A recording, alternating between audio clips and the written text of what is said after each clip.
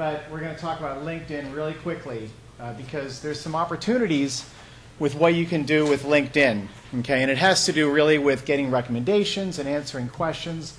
But let me just start by asking a question. Yesterday, right? Yesterday's Tuesday. How many people here got like more than 50 emails yesterday? Okay. Yeah. Yeah, exactly. All right, now, how many people got more than, say, 5 LinkedIn emails? Okay, take a look around. 4 people. Okay, 5. Statistically, people are 700% more likely to open an email if it came through LinkedIn. 7 times as likely. Right? Because it's kind of special. It's a LinkedIn email. So if you're going to email someone, email them through LinkedIn. If it's important, you have a 7. People talk about in email marketing, they talk about the size of the list and the conversion rate on your website. Right? There's one major missing step right in the middle, and that's the number of people that open your damn email. And a lot of them don't. 700% more likely to open your email if it comes through LinkedIn. So if you want to contact someone with an important proposal, find them on LinkedIn and contact them that way. Okay? It's just a good starting point to get some things done. Now, I just want to point out 4 quick things on a profile. My profile is not perfect, but there's some things that I've done here. First is right up at the top. This is my status update in LinkedIn. Now, people don't update their status that often in LinkedIn. It's not the same culture as it is on Facebook or Twitter. But the bottom line is it's right here up at the top, so you can have a nice announcement. It's front and center. Think about what you want to put in this space. It's your status update. You can put whatever you want, including a link to something or whatever. Okay, there's an opportunity there. Yeah? Is that just with the free, or is there any difference between what you can put in there, you got links and stuff, with a paid versus a free? I am not paying for anything on LinkedIn. So if there's something available on paid, I actually don't even know what it is. So this is a free account. Secondly, down here, recommendations. Getting recommendations from people is incredibly powerful. And the best way to do it is write recommendations for someone else first. Right? Go through your network. If you've got 12 people that you can write a recommendation for, there's a good chance they're going to write a recommendation back, and you'll end up with recommendations. What do people look at first? Yeah. Because it's third-party stuff, right? If you say I'm a great skier, that's not nearly as interesting as someone else saying he's actually not that good, right? Or whatever.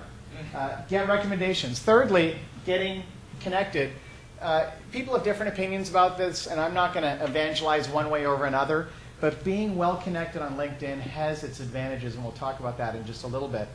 But I think there's an opportunity. And finally, here at the bottom, this is a big one. You can put your website and a variety of links into your LinkedIn profile, but they have some generic labels like website or blog, something that doesn't say anything.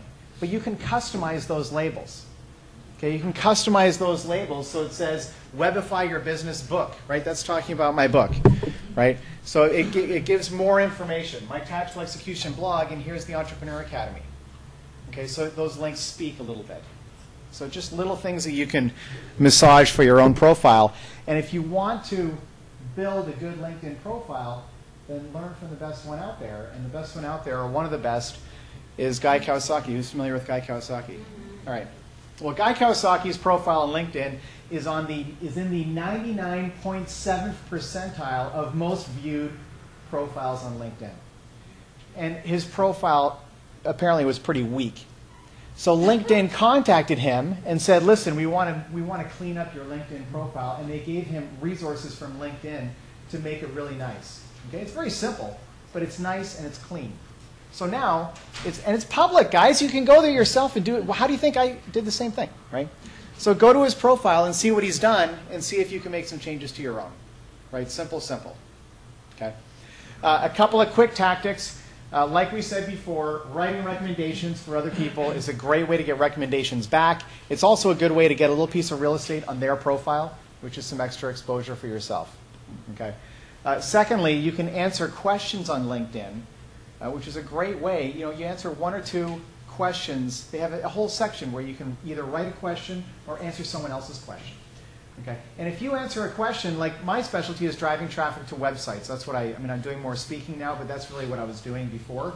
And if I answer a question, how to drive traffic to a website, who do you think is going to see that? People who are trying to figure that out. Right? The exact people that I'm trying to target are going to be the ones that see my answer. And if my answer is good, they're going to be like, oh, that's exactly what I needed to know. That guy knows what he's talking about. Maybe I should contact him, right? And you can integrate your profile with your blog, which means that your blog post will automatically populate your LinkedIn profile. And lastly, there's an application. You click on applications. There's something called SlideShare, which allows you to put up like a PDF file or even a PowerPoint presentation into your LinkedIn profile, which is an awesome opportunity to demonstrate your expertise in the public domain. And people find this stuff, they look at it, you don't even know they're doing it. Yeah?